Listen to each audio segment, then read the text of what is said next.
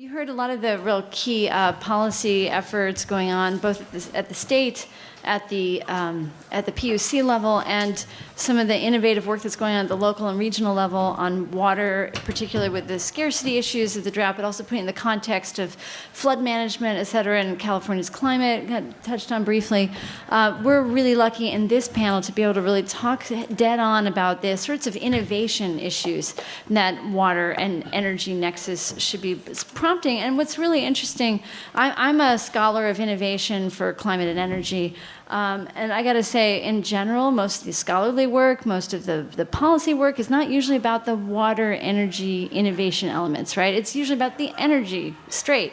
But when you think about the importance of water, both as a user of energy and energy and its importance to delivering water, you know, you have a huge set of issues that really should be prompting innovation. But then you have all these questions, I think, that are really out on the table about whose incentives are there to do innovation? What kinds of innovation make sense?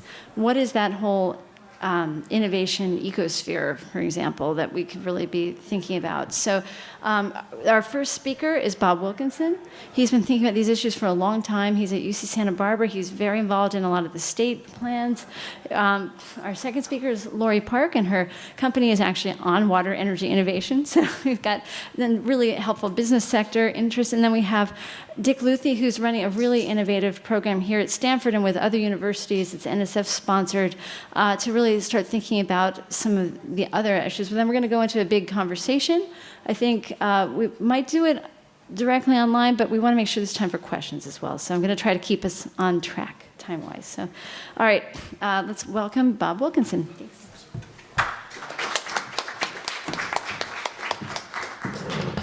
Thank you. Well, in the 2.5 hours that I've got to start, is that we're good? I'm going to try to keep this brief. What I'd like to do is try to tee up some issues for conversation, paint a little bit of a picture.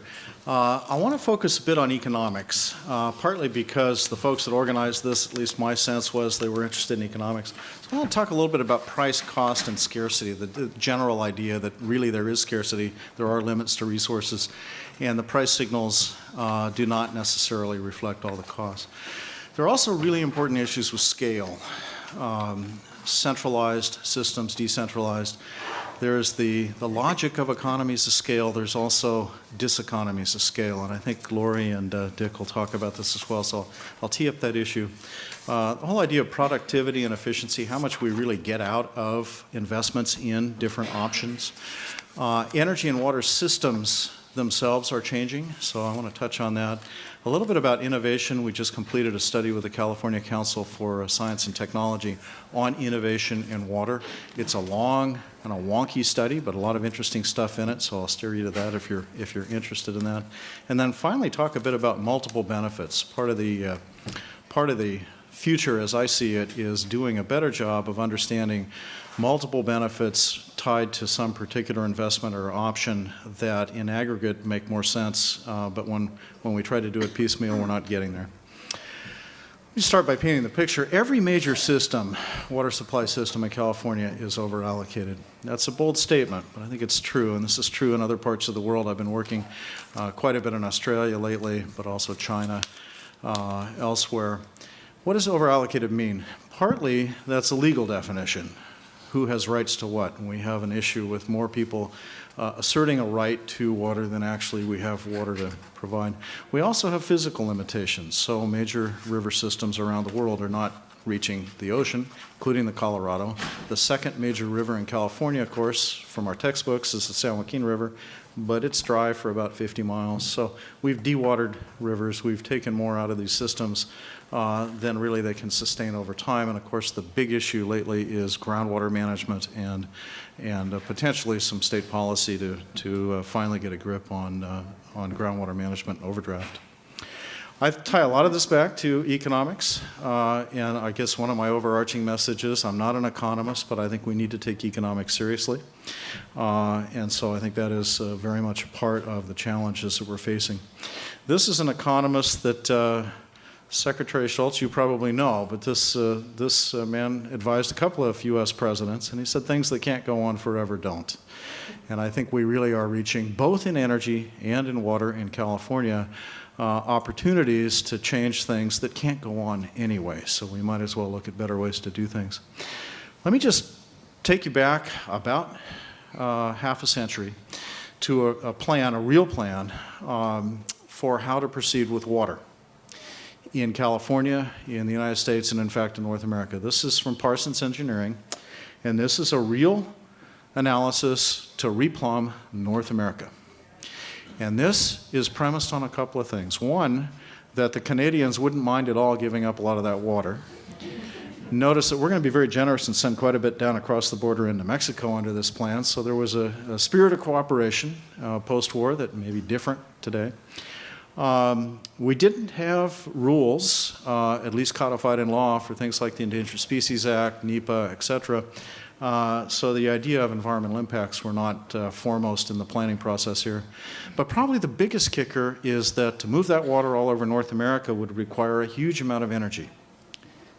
And what was going to be too cheap to meter in the design constraints, and this is not a joke, if the limiting factors, if the constraints from an engineering standpoint are that energy is not a problem because nuclear really was perceived to be a source that would be too cheap to meter, then it actually makes sense in that sense to go ahead and look at this. Well, a lot of those things didn't work out. Nuclear isn't too cheap to meter. Energy indeed is a limiting factor, a significant one. And so it does make a difference. And so the supply side approach that we had envisioned 50 years ago has changed. And here's the current planning. This is the same basic plot for the last 3 official state water plans, including the current that's just being released now. So over a decade of analysis, every one has come with the same conclusion. The biggest bar there, the bottom bar, the biggest new supply of water for California for the next few decades is not more dams, it's not ocean desalination. They're in there, they're up on that chart. But the big one is urban water use efficiency. Fixing the leaks, changing the toilets, changing the landscapes, and so forth. And then groundwater and recycled water. One can quibble about the specifics on the bars, and you kind of got a low estimate and a high estimate, but the point is more the general trend. And in fact, we have huge opportunities. That is almost precisely the inverse of how we were thinking about water and energy 50 years ago. The other kicker, and Lori may pick up this theme as well as Dick, is that as we look at improving the efficiency with which we're using water in all sectors, agriculture and urban, as in fact we do more rainwater harvesting and groundwater recharge, and as we do more recycling, we're also saving tremendous amounts of energy. And so we got at least a twofer there, but by saving energy, typically there's emissions associated, so we're reducing greenhouse gas emissions and criteria pollution emissions. Bingo, now you got another win. So you start getting those win-win-win options. And we've got to get better at thinking that way, I would say, to take advantage of opportunities. How's this actually working out? Well, since the 1960s, we've roughly quadrupled the economic value of a unit of water. We're getting 4 times the bang for buck or crop for drop, however you want to phrase that. And that is a combination of factors. We're getting better with technique as well as technology and management processes, and we're getting more out of it. I would say we still have a long way to go, a lot of opportunities to tap. We'll talk a bit about energy water. In 2005, almost a decade ago now, the California Energy Commission developed some rough numbers. I characterize them as rough, and I was part of generating these numbers with them, so I can say that. But roughly 19% of California's electricity goes to the water system. That's every step, from pumping it out of the ground or out of a delta surface system, moving it, treating it, end uses, which is a large part of it, heating, cooling, treating further, then collecting the wastewater and treating the wastewater. That whole stream works out to roughly 19% of the electricity and about a third of the non-power plant gas. I think the numbers are roughly right, but I think we've got more work to do to refine them. Lori's done some very good work for the Public Utilities Commission with teams, and it appears that we probably underestimated groundwater pumping in California. As you know, we don't have particularly good data on groundwater pumping, so we have a ways to go there. Probably the number's a little higher than this, but we'll go. It really doesn't matter. It's big, and there are big opportunities. So that's enough, I think, to go after, well, what can we do about it? Here's a quick summary of kind of some of the options running from ocean desal on the right-hand side. 3 different estimates on the energy intensity. This is all in kilowatt hours per acre foot. So let me start on the right and work back. The middle one is my estimate for the Governor's Desal Task Force from a few years ago, and that's about 4,400 kilowatt hours per acre foot. I would call it an informed guesstimate. Actually, I was pleased when the Poseidon plant in Carlsbad came through the permitting process. Their engineering estimate was exactly 4,400. I may have just gotten lucky. But we'll see when they really get it running. We won't know for Pacific Ocean temperature, salinity, and the rest until we have it running. But it's probably somewhere in that noise. It's interesting that some of our existing infrastructure, some of the state water project points of delivery, actually exceed ocean desal in energy intensity right now. Those are some of the red bars there. That's because you pump it long distances over mountains and then back up again. And that doesn't even account losses, and it doesn't count treatment. So that's just raw pumping costs for that. Then you go to the green bars, and those are groundwater, and that can go from not very much to 1,800 kilowatt hours per acre foot with reverse osmosis for contaminated groundwater treated. That would be salts, nitrates. That particular example is down in the Chino Basin on the Santa Ana River. The point here is that even with high-tech reverse osmosis, that's basically ocean desal technology applied to groundwater, it's also used for recycled water, that's less energy than the Colorado River Aqueduct and all of the different delivery points in Southern California, the state project. The point there is that there is a bit of a game change going on. The innovation in technology in water treatment systems allows us to take surface and groundwater that may have constituents, some salts, some nitrates, whatever, and treat it and deliver it very high quality, very reliably, at less energy than just moving around water in what we call traditional systems. Then you go down to the blue bars that are recycled water, again with reverse osmosis, still an energy bargain relative to our other choices. And finally, the efficiency, and it has nothing there. I've been told I should have a negative number, but actually if you just fix the leaks and change the plumbing fixtures and so forth, then you don't have an ongoing energy requirement. It is at 0. Now remember, if the biggest new water supply for California is improving efficiency, and that's down to 0 energy, that's really good news from an energy standpoint, a climate standpoint, and a resilience sustainability standpoint. So that's a nice coincidence on the numbers. Here's the study. I'll just throw the cover up for you on the California Council on Science and Technology. We went through the innovations in the private sector and public. I came out with some what may seem somewhat boring findings, but I think pretty important. One is we need much better data to properly manage water. We're only a $2 trillion economy. We're only one of the top 10 economies in the world. Water in California, groundwater is somewhere around 40%, currently well over half the water supply for California, and we don't have statewide management of it. One would think, given the importance, that we might want to get a handle on that. So we've got a lot of recommendations that get just good data and building a better understanding, but then also tapping the opportunities on efficiency improvement and treatment and so forth.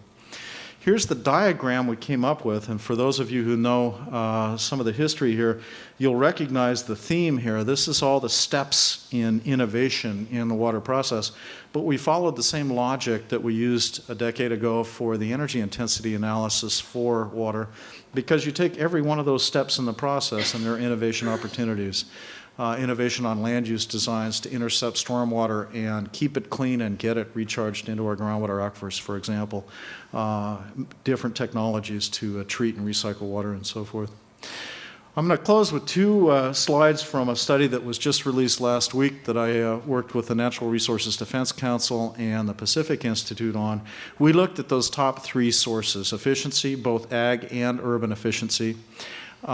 We looked at reuse and rain, and what could we get for California, and there's the numbers. The news here is that those are bigger numbers than in the official plan for California, which I also advise on, and what has been in discourse.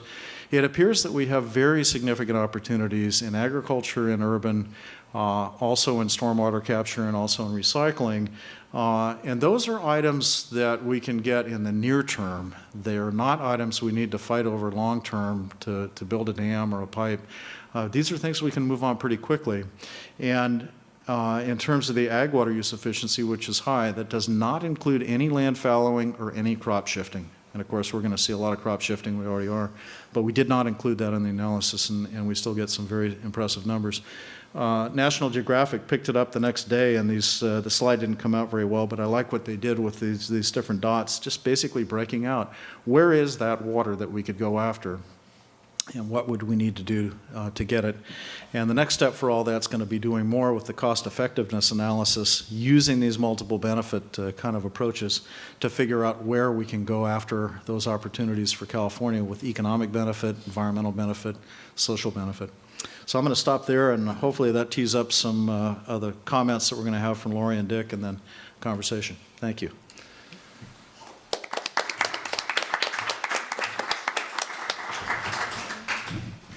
Gina, how do we get to yours?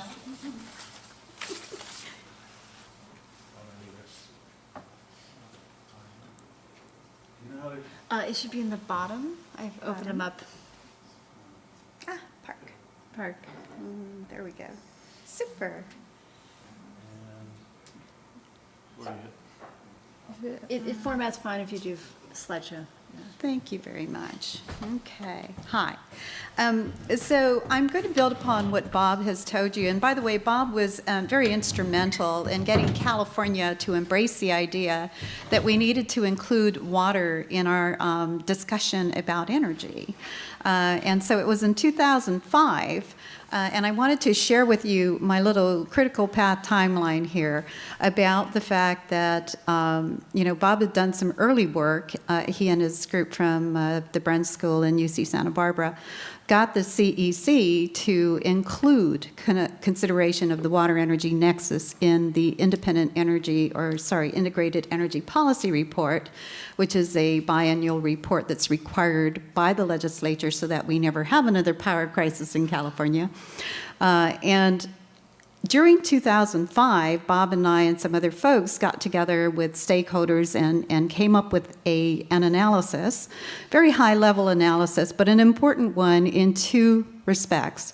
One is it was the first time anyone had tried to quantify the magnitude of the water energy nexus and its importance for the state of California from an energy reliability perspective.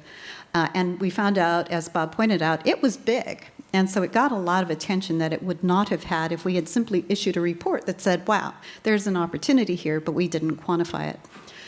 The other thing that happened is one of my colleagues did a study and said, this is really interesting. If we start considering energy embedded in water as a resource, and we said that we could count up all that energy along the supply chain, and we could say that if I avoided consumption of 1 unit of water, I could actually save that energy, how would that compare to regulated programs for incentives to save energy through light bulbs, air conditioning, insulation, and other types of measures? And the finding there was, at least on a statewide basis, if you consider the energy intensity of California's water supply, it was enormous and more cost-effective than probably any other energy incentive kind of program.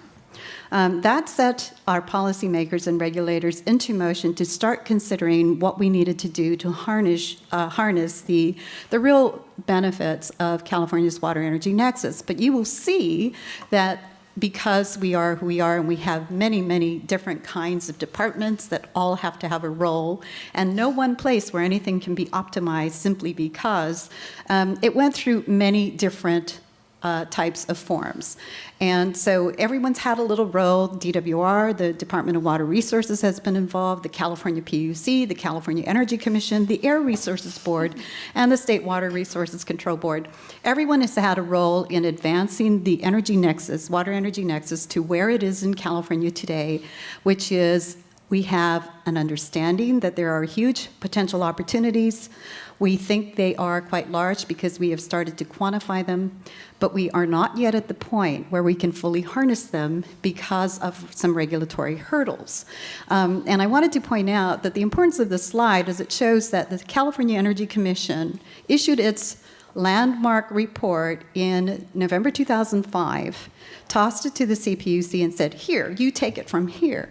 There was a lot of dialogue that went on thereafter. The CPUC did grapple with it, but because regulatory process is the way it is, it was in December of last year, 2013, that the California PUC opened its first rulemaking to look into the water energy nexus and figure out how they could, in fact, authorize energy utilities in California to invest in measures that save water to save the energy. I wanted to talk to you a bit about, when we think about scarcity. So the topic for this forum is about water scarcity and the water energy nexus. From my perspective, what we have to do is look towards the vision. The vision is long-term, clean, reliable, economic resources, both water and energy. And then we have to say that we are here, and the vision is there, and we have a long way to go. And we have a lot of barriers in the middle. So what do we need to do? At this point in my career, I'm very, very focused on, I'm surrounded by wonderful people with great ideas, and we keep hitting barriers everywhere we go. We need to work together to overcome those barriers to get to implementation. And so from an implementation focus, we need to focus on what are the barriers that are keeping us from going forward. In the case of energy investment in water savings measures, there is one major hurdle, and that is, at a regulatory standpoint, we've grown up in a world where water and energy is managed separately. There is no crossover. Our funding is managed separately, so we have a legislature that says, I will give you this much money, and you, Department of Water Resources, California PUC, California Energy Commission, some agency is charged with expending those funds precisely the way the legislation was written. And because we cannot possibly think about all the things that we need to think about when we authorize those funds, we end up with sub-optimized investment, don't we? There is no law that simply says, here's $1 billion, go out and spend it in the best way you can and get us the best benefits. Instead, we have laws that say, I'm going to give you this money and you will spend $10 million here, $2 million there. It's very precise. And those kinds of very natural things that came about over decades are the very things that hinder optimization in the water energy nexus, and for that matter, any other kind of cross-cutting program. As we think about tackling water scarcity specifically through the water energy nexus, there are huge opportunities. And as I explained, we've already done studies that showed that investing in water savings to harness energy savings is a remarkably cost-effective opportunity. It's irresistible. We should be doing it now. It's also very interesting to me because of all the initiatives I've seen, this is a place in which the water sector and the energy sector are very much aligned. They have agreed ever since they understood the nexus that there was a huge opportunity for them to work together. And they've been trying to do it ever since. But they are having such trouble breaking out of those barriers that occur naturally by their separate management, their separate regulation, their separate worlds. And we have a lot of forums in which we have a lot of talk, but we're really having trouble getting over it. So what I said was, here's our situation today. We have water scarcity. We know that there are many ways to deal with water scarcity. Our vision is long-term, reliable, and economic water supplies. So typically what we do is we kind of bump along, and then something happens that helps us transform a market. In many cases, in my personal experience, policies, rules, and regulations have an enormous role in helping to smooth that path at the outset. So we really need supportive policymakers. We have them now. We are trying to tackle those barriers, but again, it's a very slow process. Started in 2005 in California, 2013. We have an order to start looking at it and forming the rules and regulations. And now we think by sometime in 2015, we will have enabling regulatory rules that allow energy utilities in some respect to invest in water to save energy. The other thing that we hope for, of course, is transformative kinds of technologies. Certainly we saw, and we all have our own examples in California in energy efficiency, the CFL and new kinds of lighting had a huge impact. When I think about innovation in the water sector, there are several things that I think about that could be truly transformative, and I think it's important for policymakers, regulators, and the the energy industry, the water industry, and all of the affected stakeholders to work together to try to overcome all of the barriers that are naturally in front of us.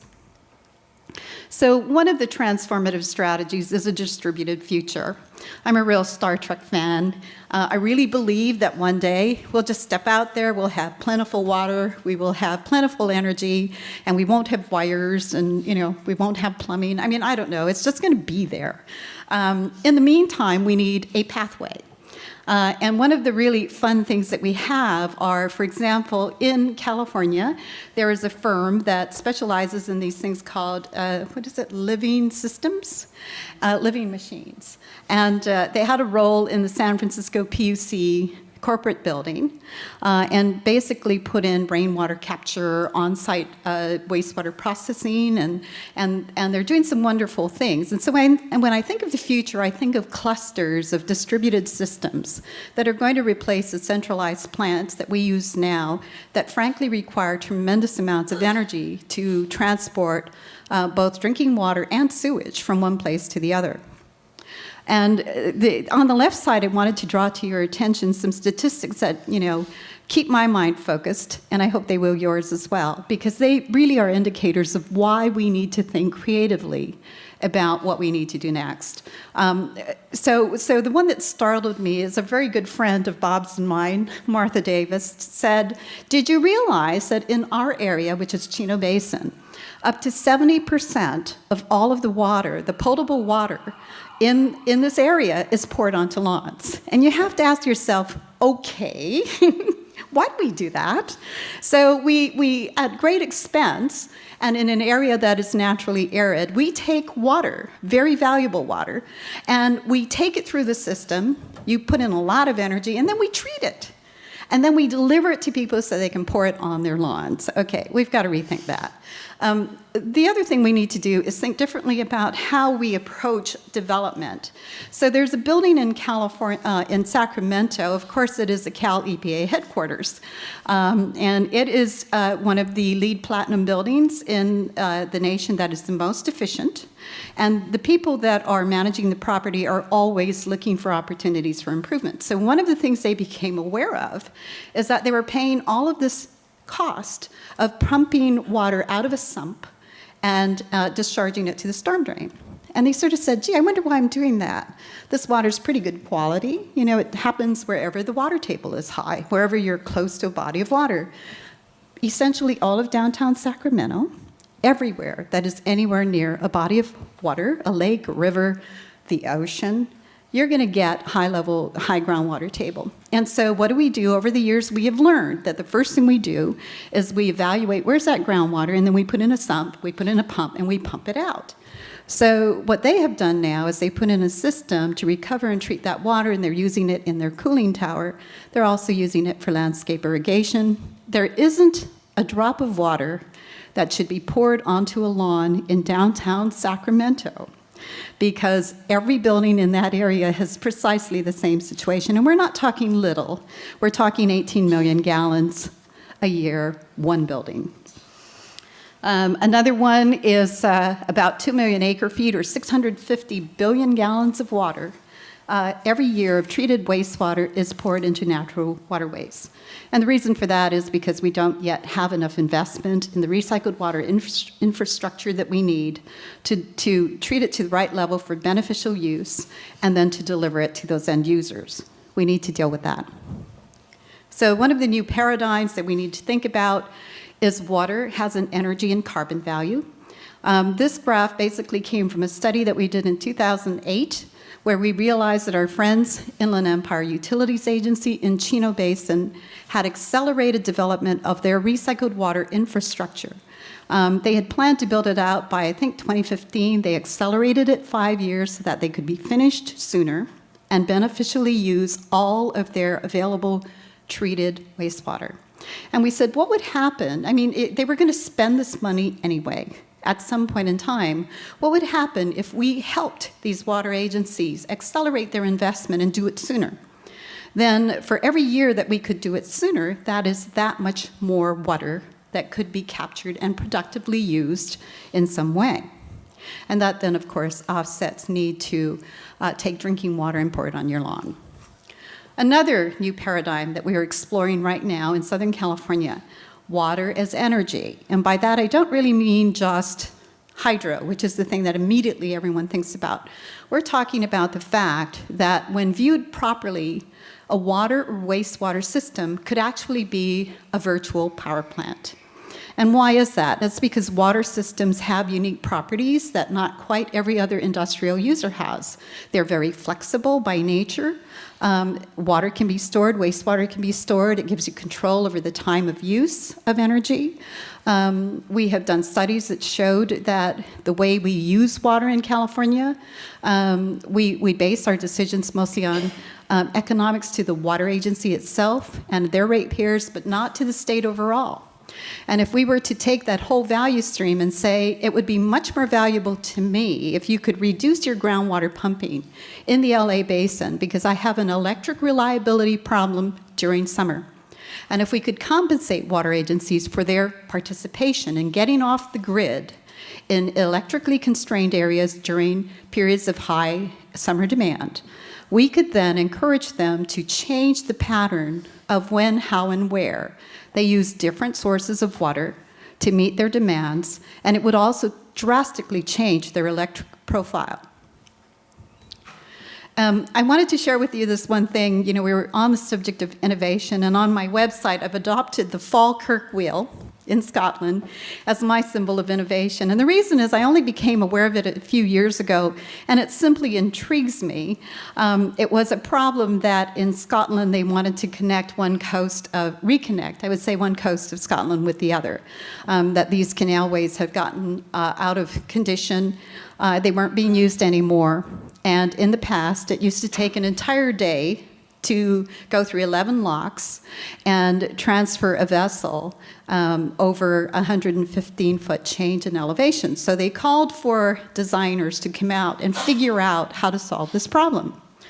And so if this works, I don't know. There is an embedded video in here.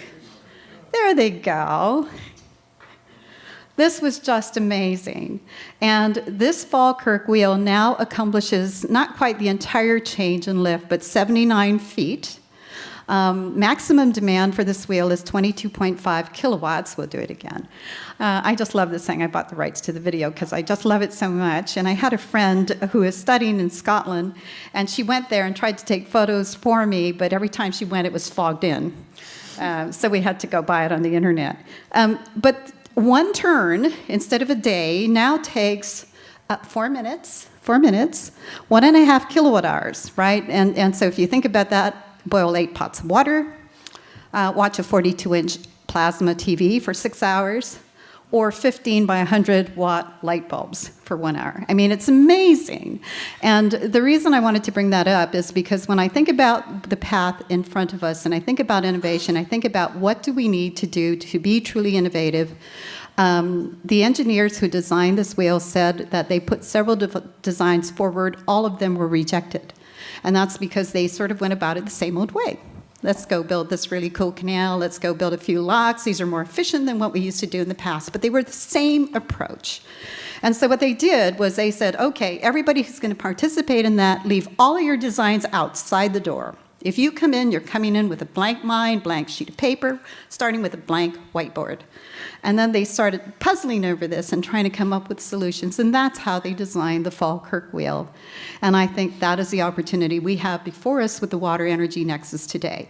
We start with a blank sheet of paper, we start with a vision, and we say, what are all the steps we need to do together to get there? And I'm very convinced, based on the work that we've done so far, that the path forward will be exciting and possible, and we will actually see it in my lifetime, I hope. Anyway, thank you.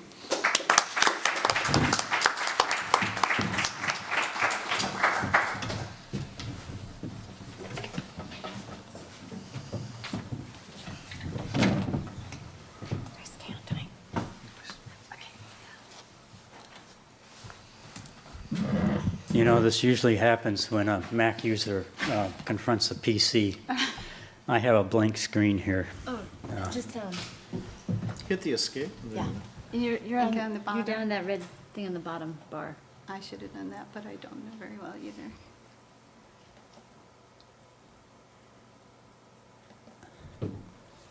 And then you go up to the from beginning. Slideshow, there it is. All right, thank you. My name is Dick Luthi, and I'm a professor here at Stanford. I'm the director of a National Science Foundation Center titled Renew It for reinventing the nation's urban water infrastructure. This center comprises Stanford, UC Berkeley, Colorado School of Mines, and New Mexico State. And I wanted to give 2 examples today of innovation that can address issues of water scarcity and be energy efficient at the same time.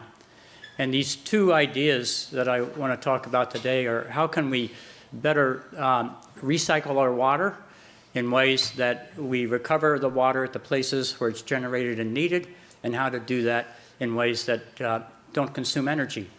And the second one is second idea I want to present is how we might capture the stormwater. As we've heard already from Bob and Lori, there's potential there to capture stormwater as part of our urban water supply. So I'll give you just these 2 examples. First, when we talk about water recycle, we need to understand where we are today.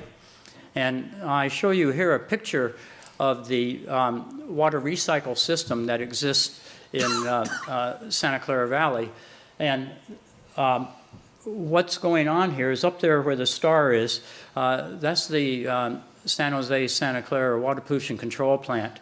And that treats our wastewater to a very high degree, and it can be used for various non-potable purposes, like irrigation and cooling in power plants, for example. And to make that work, we have this system of purple pipes. They're distinctively colored. That's about a 130-mile network. So we have this system in place. Now, what's wrong with this system, and where is it not meeting the current needs? It's in 3 areas. One is that it costs on the order of $2 million a mile to dig up city streets and put in this reverse plumbing system. Secondly, our wastewater treatment plants are located at the lowest point in a collection system because sewers are all gravity drains. So when you recycle this water, you have to pump it back uphill, and that takes energy. Another problem here is that our big centralized treatment plants are located at the fringe of the bay. And there you get a little bit of infiltration, and the water is too salty for long-term use. And that's the problem we have right here now in San Jose. That water is a little bit too salty for long-term irrigation, and something has to be done. So that's the problem we have. So what's the solution to this? The solution here would be to rethink the system. And I show you just a conceptual drawing here now that shows a sewer system with the centralized plant at the bottom. But here we have now these decentralized, these satellite systems that would reclaim water in a distributed sense at the place where it's generated and needed, at a place where you can avoid the high pumping costs, where you can avoid putting in the reverse plumbing system, and you can avoid having that high salt content in the water. And so I show an example here of a couple of systems outlined in yellow there that you might imagine how we could have hybrid systems in new satellite facilities that capture our water and save energy. And so to bring this a little closer to home, where might we do this? Right here at Stanford. So Stanford has a pretty interesting plumbing system. All the sewers converge over there by Bon Air Siding, and from there they go off down to the water pollution control plant. So we have an opportunity here at Stanford to do a demonstration of how we can actually capture that water and reclaim it locally here at Stanford, put that into our irrigation system, which is a separate distribution system on campus, and show how this can work with new technologies that actually use the chemical energy that's in water today, in the wastewater today, to power the system. All right, is this pie in the sky? Not quite. This was, we've just had the groundbreaking for this Cotega Resource Recovery Center. You can see a picture of me, Tom Zichterman with the Water Department and Utilities, and Craig Criddle, one of our environmental biotechnologists, and the Cotega family here that have given some money, in addition to what the provost has kicked in, to put a facility here over kind of behind the firehouse is where this would go, along Sarah Street, to demonstrate new technologies for reclaiming the water and reclaiming the energy that's in that water. Now, what technologies might we actually use here? Well, we would put pilot plants in place, and what we would want to do is to show how we could, with new technologies, reclaim this embedded chemical energy in water. Now, when I speak in terms of chemical energy, wastewater basically has in it a lot of carbohydrates, sugar, proteins, that sort of stuff, reduced carbon. So there ought to be a way in which we could burn that carbon to capture that energy and use that to treat the water itself. Along the way, the ammonia that's in water is also reduced, and there ought to be a way we could capture it in terms of oxidation and use that energy as well. If you look at the chemical energy here that's in water, it's about 3 to 4 times the amount of water or the amount of energy that's required to actually treat the water. So there ought to be a way that we could make this work. We don't do this now. The way we treat our wastewater is we put energy into the system. We use a lot of oxygen to oxidize the nitrogen and to oxidize all that organic matter to CO2. But we could do something different. We can take advantage of new membrane technologies and fluidized bed technologies to treat the wastewater without oxygen using a complete anaerobic process and recapture that carbon as methane. And I show an example here of these anaerobic fluidized bed membrane bioreactors. It's a little bit of a mouthful, but we've been working with our faculty in our department to test these systems, and now we're ready to go to a pilot scale. The only system in the Western Hemisphere that would be like this. And you could use that methane that you capture there to actually power the system.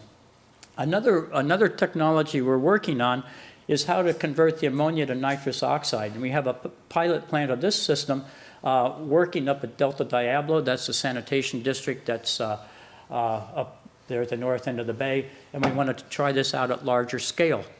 But the idea with these kinds of technologies now, we could be able to demonstrate here at Stanford how we could treat water in a way to reclaim it right here locally where it's needed, put that water into our irrigation system, and get off the Hetch-Hetchy system for our out-of-building use of water.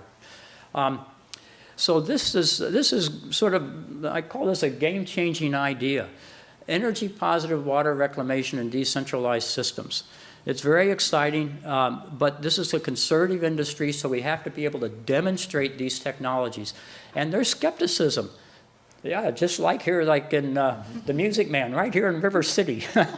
There's skepticism at Stanford. You know, is it safe and reliable? And are we not going to contaminate groundwater when we do this? So Tom Zichterman and others say, you know, Dick, we really got to test this out before we go full steam ahead. And I say, that's right, and we're going to demonstrate how this works over here at this at the Codiga facility. All right, I wanted to just give one more example, and that's the one of stormwater capture. And I think, Bob, you mentioned multi-benefits. And my experience in the water sector is that you need to achieve two things. You need to achieve an economic good, and you need to achieve a social good. The two work together.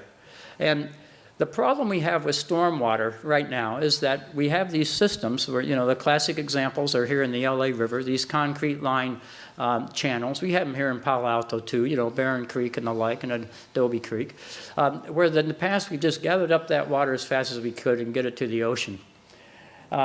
Also, there's certain areas where we have floodings because of these extreme events that you talked about, and there's an example in Sun Valley District in LA.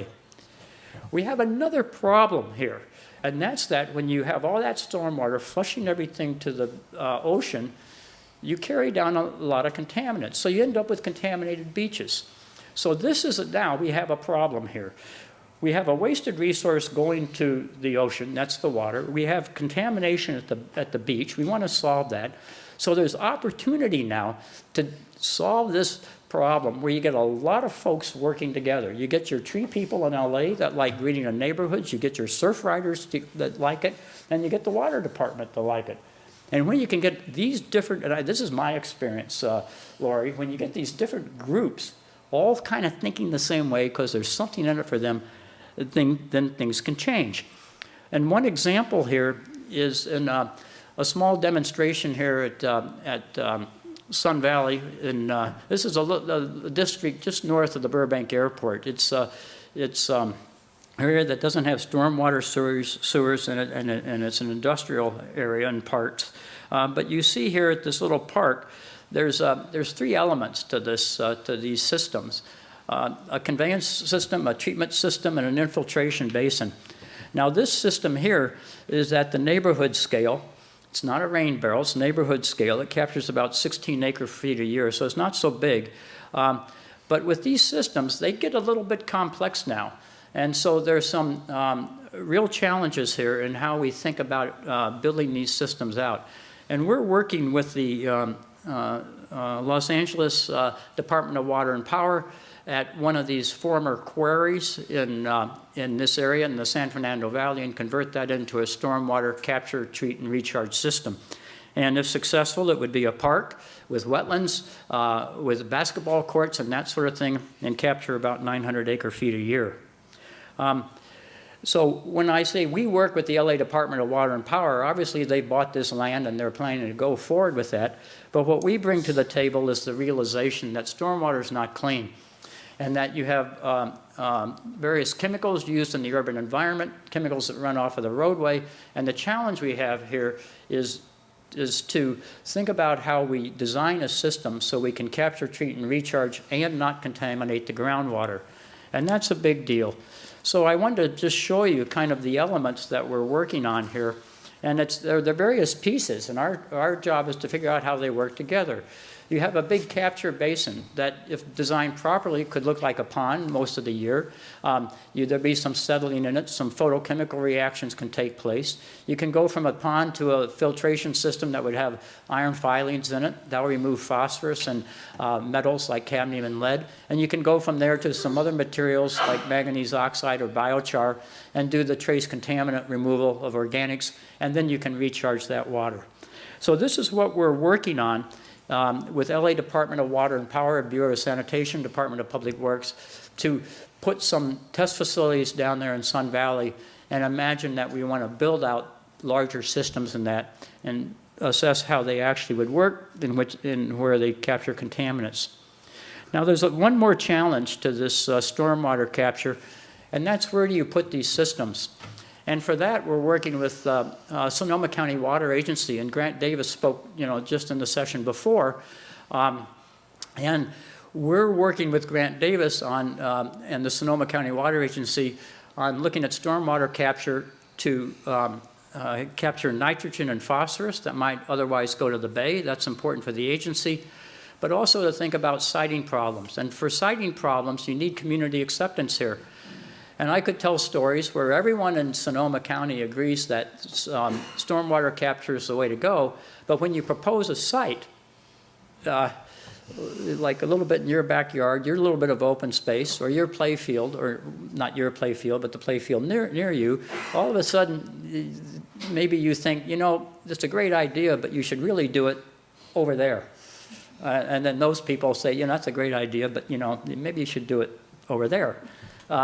And that's exactly the problem that you have in Sonoma, where you could have some space that's owned by the city or the county. It's public space, but you want to repurpose it a little bit. And so how do you get agreement on that repurposing? And part of it is messaging, and part of it is good design of the system. You don't want the thing to look like a deep mud hole. You want it to look park-like, and you want it to look like open space and park. So here, in order to move forward, it's not just engineers like me and someone who understands chemistry, but you need the social sciences that work here. And Bill Eisenstein and a group like that at Berkeley can help us on that in our center. So those were the two examples I wanted to give of one about energy efficiency and drought preparedness. One is the capture of stormwater and how we're working with Sonoma County Water Agency and LA Department of Water and Power on that. And the other one is to think about water reclamation locally where it's generated and needed, where you don't pick up a lot of salts, and new technologies in which these systems can basically power themselves rather than take power. But we need to, in all these systems, we need to do something at reasonable scale so that people will believe that it works. And that's what we're about in our center here. And maybe I'll just leave this slide up here that has some of the directions of the future of urban water, and just leave it with that. And I thank you for your attention, and I hope to have this plan up and running on Bon Air siting next year at this time. Thank you.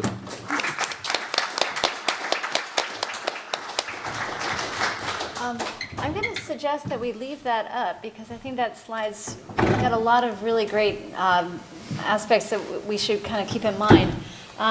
Would you guys want to, you want to try sitting over here or something?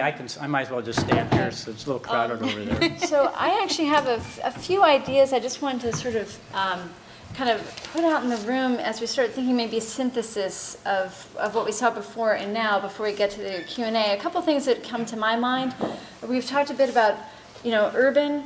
There's a ton of interest we're seeing so much here about the value of urban for innovation. We've talked about ag to a lesser extent in the last couple sessions. I don't think we've really mentioned ecosystem, which is another major thing that we think about in terms of California water use, because we have to have set-asides for things like salmon and things like that, and it's one of the things that water agencies struggle with, for example.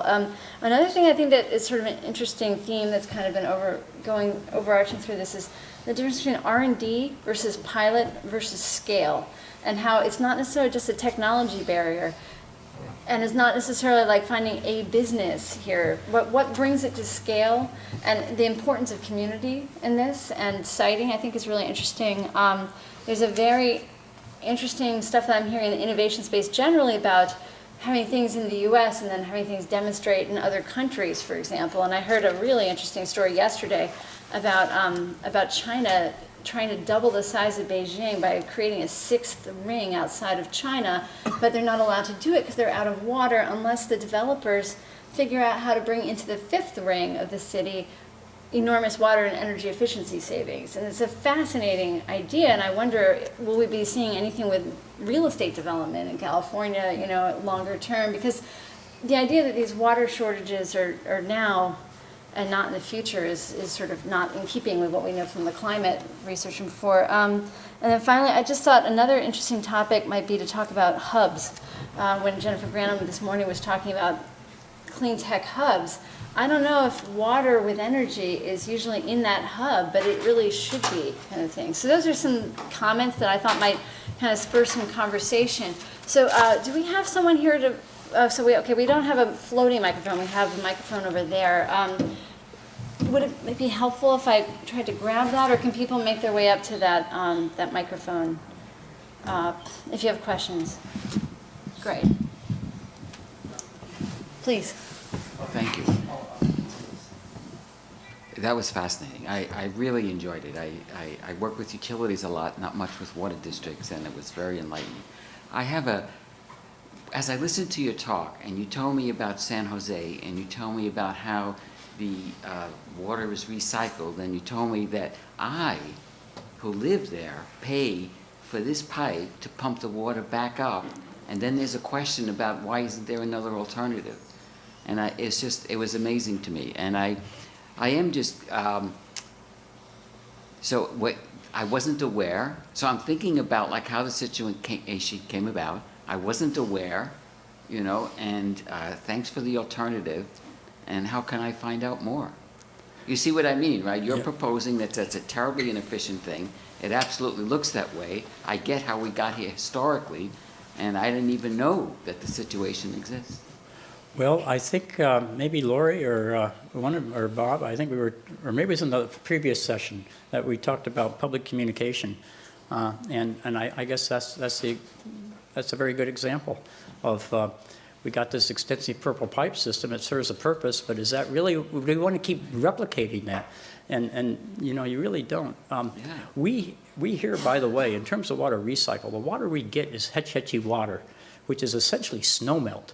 It's very low salt.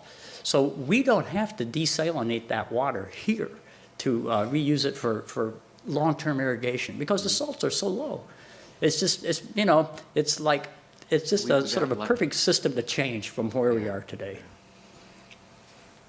I want to tag a point on to Dick's point about change here and thinking about decentralized options for intercepting and beneficially reusing wastewater. A huge part of the world's population lives in cities along coasts. Every city on a coast, and certainly every city around San Francisco Bay and California coast, sited the wastewater treatment plant as low as possible next to the water, as Dick mentioned. With sea level rise now, we've got a couple choices. We can armor the thing and try to pump the water out as sea level rises. We can try to pick it all up and move it. That gets pretty expensive. Or, over a period of decades, because we know this is coming, we can do exactly what Dick's talking about and start intercepting that water upstream in decentralized fashion so that in 30, 40, 50 years, when we're really seeing serious impacts of climate change in terms of sea level rise, we've already adjusted our infrastructure and don't have to incur then huge costs to go and deal with the adaptation. So it's a very different philosophy of how to adapt and respond to climate change that I think when you really add it up could be so much more cost effective and sensible than what we're doing now. So it's one more argument on top of the arguments that Dick laid out. Someone once said, what's the future of wastewater treatment? Well, it has no future. It's going to be something different in the future. Our wastewater treatment plants are going to become resource recovery centers. That's the vision. Hi, I'm Andy. If I got here late, so if you already covered this, just say so and I'll sit down and shut up. With regard to agriculture, it seems like that's, you know, a huge user of water in the state. What about that and, you know, either getting them to use less or somehow capturing what the runoff that's otherwise causing problems? Please. Well, agriculture is a big user of water, that's right. There's been a lot of efficiencies in agriculture. There have been crop shifting in agriculture, and I don't want to pretend to be able to speak for agriculture. But what I believe fully is that the answer to our problems is us. And by us, I mean us in the urban environment, and we in the Bay Area have to make do with the water we have today. And let's solve our problems. And we'll let the ag people solve their problems. And, you know, and I think if we all do it, if we work like that, at least if we think at a regional scale, and regional means the whole Bay Area, or Southern California, or the Central Valley, or the Monterey and Carmel River, you know, these are sort of separate systems. You know, I'm not gonna tell Fresno what to do, but I think we can inspire solutions for the urban environment here and say, let's deal with our problems. And other people have challenges there, but I'm not going to solve my problem by taking your water. And that's what we've done in the past. That's what we've done for 100 years or more. I'll tag another one on that one. Or do you want to? Go ahead. Ag in California is very productive, very diverse. It uses about 80% of the developed water supply. About 20% goes to urban. I'd agree with Dick. I think it's not an either or. So there are a lot of things we can do that are cost effective and sensible in the urban sector, so we should do it because it makes sense regardless of what's going on. But there is a lot that we can and should do in the ag sector, and ag is doing a lot, but there's a lot further it can go. We've seen a significant increase in the efficiency of water use in ag, but we still have in California about 3 million acres, actually more than that, in flood irrigation that could be converted, about 1 million of it to drip and a couple million to sprinkler. That would be a very significant shift in the amount of water that needs to be extracted from the ground or from surface systems and applied in crops. So the analysis that we just completed indicates rather substantial amounts of water that could be saved by using it more efficiently in ag without, again, changing crop type or without fallowing land. In reality, I think we're going to have continual shifts in crops because that's governed mainly by markets. You know, what can you sell and so forth. Right now, we're exporting alfalfa to China in particular. Nothing wrong with that per se, other than the fact that there's a significant amount of water. It's one of the most water-intensive crops we grow, and a lot of that's coming from the desert. So we're making a huge investment to put water into a crop that we're exporting that's relatively low value. So there are questions, public policy questions of what makes sense. Ag is important in California's economy, but it's important to recognize it's on the order of 1 to 2% of California's economy.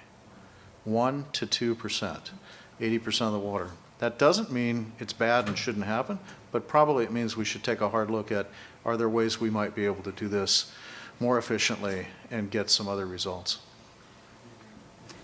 Thank you. So I wanted to kind of add on to that. There is a slide that I meant to bring, and I forgot to do it, which I'm very sorry about because it spoke directly to this issue. Last year, I had the opportunity to view a really fascinating project in Camarillo. You may have heard about it. It's Howling Nurseries. The person that developed it is Casey Howling, and if you go anywhere and you see Howling tomatoes, buy them. This man brought a technology that is used widely in Europe, basically put in 3 cogen units to produce his own heat for a greenhouse, built a beautiful greenhouse system, and has produced basically an area where 500 full-time equivalent jobs are produced with these absolutely beautiful tomatoes. And they use a fraction of the amount of water that you would use to produce the same yield if you were to do traditional crop kinds of strategies. And we've had some conversation about what this means as far as, transformative strategies for water use in agriculture. It means a lot. And, he is supplemented by really, really smart things, such as an on-site rainwater capture system, recycling of the water from the cogen system, plus the real coup de grace, the technology that's used in Europe that is only recently come to awareness in the U.S., which is startling, which is they take the exhaust from the cogen system and create purified CO2 that becomes fertilizer for the greenhouse. And so they're taking care of all of the emissions in this as well. It is a fascinating case study. I'll make it available through Margaret, and we can roll it out. But I mean, this is something that Casey and I have talked about. His greenhouse produces about 5% of the fresh tomato demand in California. The rest of it is imported or, through regular crops. Why can't we have another 19? And that's just tomatoes. So we need to look more broadly. Just a moment on that, too. It just also puts me in mind this morning with Jennifer Granholm talking about competitions. How is this tomato case, for example, is this highlighted? Can we think about innovation prizes for this sort of thing? This might be a very useful venue for this. I am cognizant of the time. I got a little signal from the back. It's 3:30, but I would love to have you have an opportunity to ask your question, and we'll just have to go off and have further conversations and networking afterwards. So thank you. It's a very, very quick question. It won't take much time. Are there any legal issues in using rainwater harvesting? I'm given to understand that some municipalities you cannot capture your rainwater because it has to flow back to the municipality. Could you please elaborate on that? Well, it's certainly true in places like Colorado. if you're part of if you have a public water supply, you can't capture your roof water because someone has claim to that runoff. So there are these legal issues to be addressed, and that's one. We don't have that in California, but Colorado and Arizona, New Mexico, they have their laws. So that's something to be addressed, be cognizant of. Stormwater capture. Why is it so attractive for coastal California? 75% of the people live along the coast, and there's no one between us and the ocean, or no one between us and the bay. So there isn't someone that's dependent on that stormwater runoff. Like if you were in Denver, Aurora wants that water. Or if you're in Albuquerque, it's Las Cruces and El Paso and all the other places that have, rights to that water. But if you're on the coast, stormwater capture is a really great alternative. It's not an alternative, it's our choice, really, because there isn't a demand for it. There isn't there's not someone that has a legal right to it. So quick comment on the laws here. In many communities, you're required to capture and hold stormwater, including many here in the Bay Area. So there's interesting kind of conflicts in the law there. You're supposed to capture it, or gee, you shouldn't take it, somebody else has got claim to it. That really, as Dick says, is not an issue in California. I don't think it really is an issue in Colorado. People think it is. There's this myth. But I had a long chat with the Supreme Court, chair of the Supreme Court for Colorado, and it turns out it's never been tested. And so the question is whether it's worth trying to run a case to test it or not. Probably not, but most people are going ahead. But if you think about it, pre-development condition, if you build a house, before you build a house, the rain hits the ground and most of it soaks in, some will run off. If you build a house and you catch the rainwater and you put it in your garden, you're essentially replicating the pre-development condition much more closely. So there's a pretty damn good argument that rainwater harvesting, at least at the house scale, makes a lot of sense. There are people who have proposed taking acres and acres and covering it with plastic and catching the water and then trying to sell it. There you probably are going to have a problem. But I think if you want to catch your rain in a bucket and use it in the garden, you're probably good even in Colorado at this point. All right, well, thank you everyone for this, your attention, the panelists for your time is really interesting, and I hope we'll have more conversations later. So.